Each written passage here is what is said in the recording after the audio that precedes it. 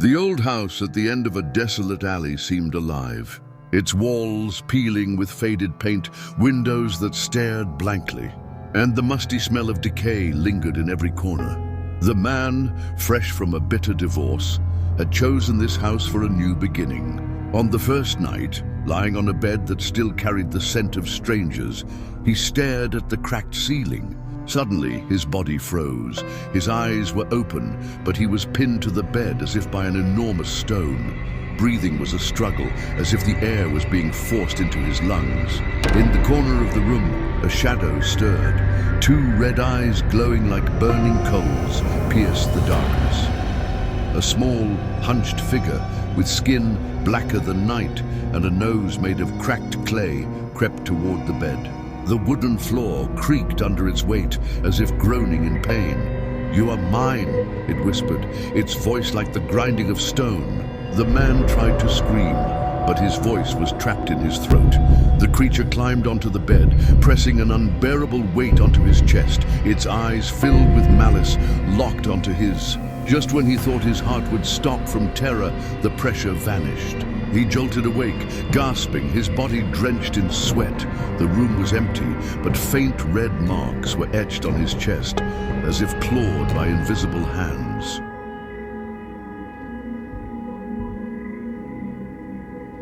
Morning brought faint sunlight through dusty windows.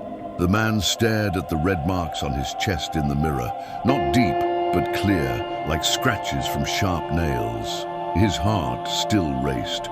Was it just a nightmare? But how could a nightmare leave such marks? He stumbled to his laptop and, with trembling fingers, searched for sleep paralysis. The screen filled with scientific explanations.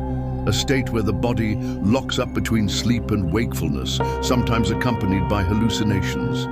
But hallucinations were supposed to be vague shadows, not a creature with vivid details, skin like tar, red eyes, and that strange clay nose.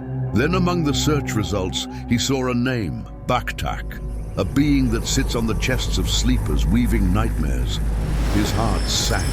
He remembered a small statue he'd bought weeks ago at a market, a figure with dark skin and a clay nose. The seller had warned him with a cryptic look. "This one's cursed, be careful." He'd laughed, thinking it was a sales tactic. Now he glanced at the statue on the shelf. Its painted red eyes seemed to watch him. With hesitation, he hid it in a drawer, hoping it would change something.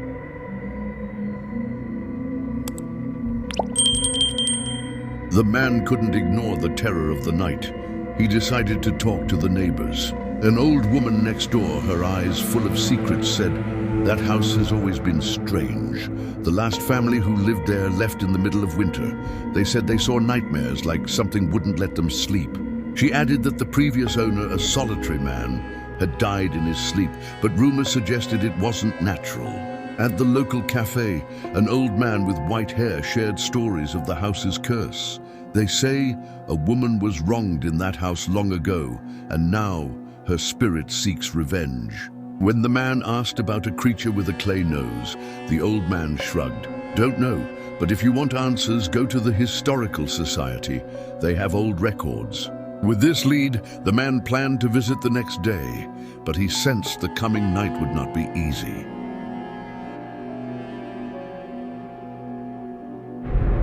The Historical Society was housed in a small, dilapidated building filled with dusty books and records that smelled of old paper. The librarian, a woman with oversized glasses, led him to a table piled with documents. He sifted through yellowed pages for hours. Most were about property deeds and taxes, but then he found an old note written by a former owner. The shadow came again. It sat on my chest, stole my breath. "I fear I'm losing my mind." In another document, he saw the name Bakhtak. A newspaper clipping described a man's death in the house, ruled a suicide, but neighbors claimed he spoke of demons and hidden treasures. Treasure, the word sparked his curiosity.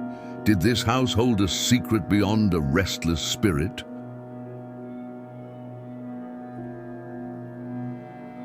That night, the man went to bed reluctantly. He tried to stay awake, but exhaustion overtook him. Again, he was paralyzed. Bakhtak appeared, clearer this time, with a grin revealing sharp, yellow teeth. "You can't escape me," it whispered. "I'm here always." It leaned closer, its clay nose nearly touching his face.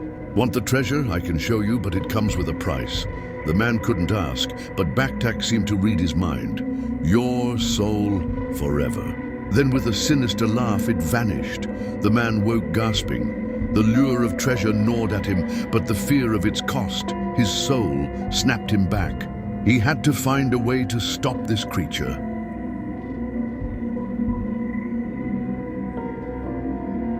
The next day, while exploring the house, he found a loose floorboard in the basement. Prying it up, he discovered a hidden trapdoor. He entered a room thick with cobwebs and the smell of earth. On a rickety table, he found an old journal, the writings of the house's previous owner. The pages were filled with an obsession to find a treasure he believed was hidden in the house. He wrote that Bakhtak was its guardian, and to claim it, one had to face the creature in a dream and seize its nose. But he had failed, and his writing showed he'd lost his sanity. The man felt a similar fate looming unless he found another way.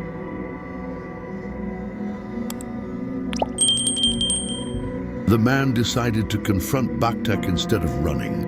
Online, he read about lucid dreaming, a state where he could be aware and control his dreams.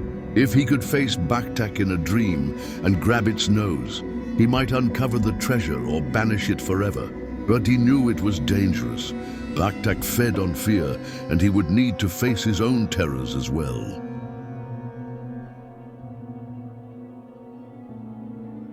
That night, focusing on lucid dreaming techniques, he fell asleep.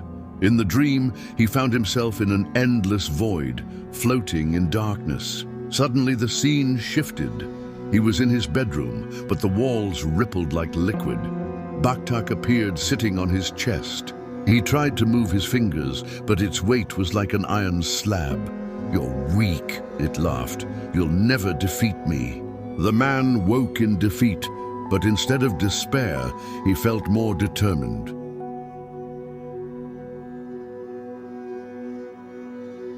The man realized that to defeat Bakhtak, he first had to confront himself. He reflected on his past, divorce, career failures, regrets he'd buried for years. He decided he must resolve these fears and regrets in his dreams to grow strong enough to fight Bakhtak. He began practicing focus, learning to calm his mind and prepare for battle.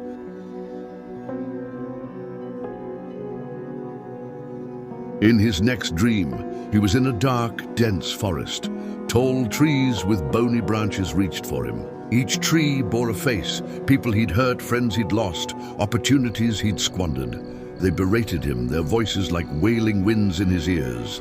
He realized he had to face each one. Approaching each tree, he apologized, owning his mistakes. With each apology, the faces softened and the branches parted, revealing a new path. When he emerged from the forest, he felt a weight lifted from his shoulders.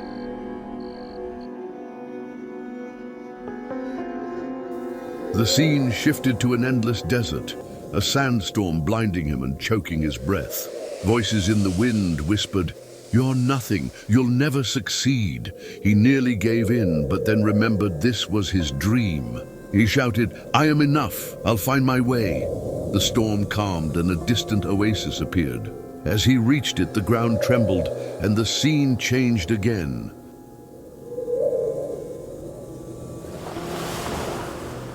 Now he stood on a shore, raging ocean waves crashing against rocks.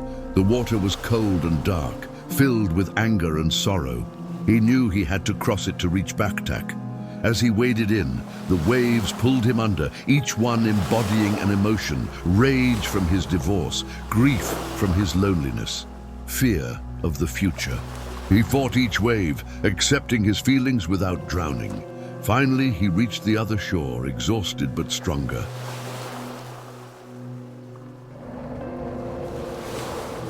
A massive mountain loomed before him, its peak lost in the clouds.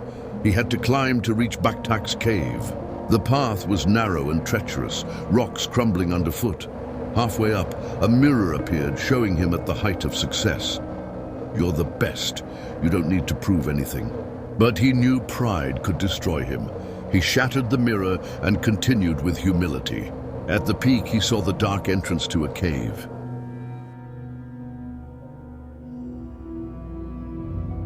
The cave was dark and cold, its air rising from the earth's depths. The walls were covered in cobwebs and glowing toxic mushrooms. The sound of dripping water echoed, each drop sounding like a human moan. The man stepped inside, feeling invisible eyes watching him. Each step in the darkness produced a hollow sound, as if the cave were alive and breathing.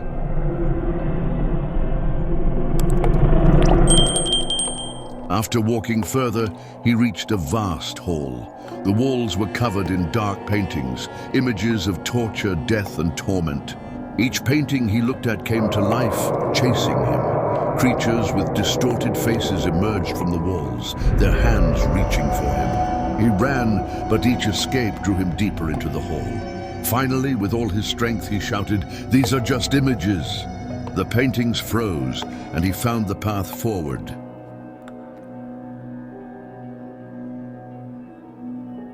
The cave morphed into a complex labyrinth. Every corridor looked identical, and his footsteps echoed from all directions, as if someone followed him.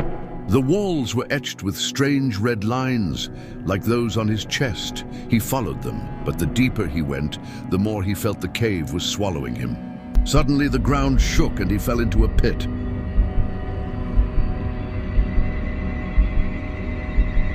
He landed in a dark pit, the air heavy with the stench of sulfur. Invisible creatures slithered around him, their voices like demonic whispers.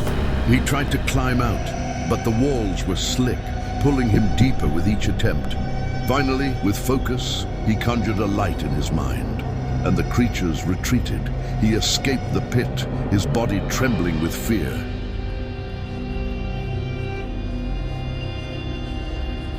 At last, he reached a chamber filled with piles of gold and jewels, but in the center sat Bakhtak. It was larger now, its eyes blazing like fire, its clay nose glinting in the dim light. "So you've come," its voice rumbled like a groan from the earth. It grinned and lunged at him.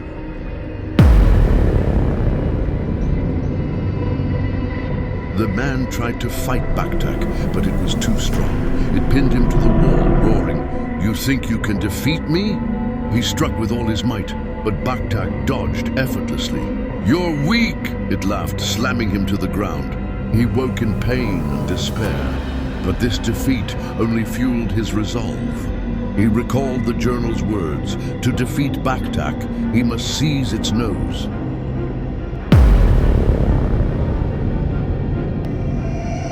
With the journal's wisdom in mind, the man re-entered the dream. He went straight to Bakhtak's lair. The creature was waiting, its sinister grin wide. "Back again," it taunted.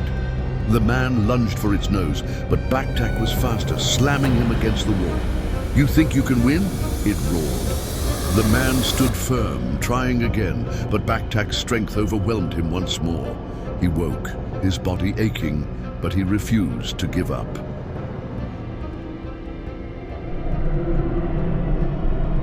Determined, the man entered the dream again. This time, he reached for Bakhtak's nose with desperate speed. As he grabbed it, visions flooded his mind. Maps of treasure, secrets of the house, and a horrifying truth. Bakhtak was not just a guardian, but a manifestation of his own fears and doubts. To be free, he had to accept himself, flaws and all. But even with this realization, he felt something shift within him, as if part of Bakhtak lingered inside.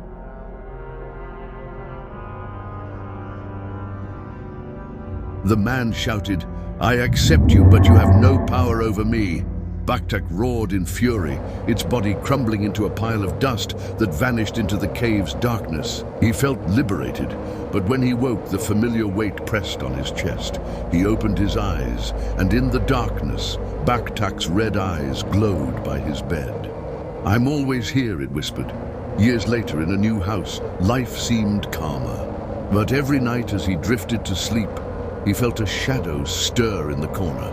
Sometimes, in the dead of night, the weight returned, pinning him down, and those red eyes burned in the dark. Had he truly defeated Bakhtak, or was it merely waiting for another chance?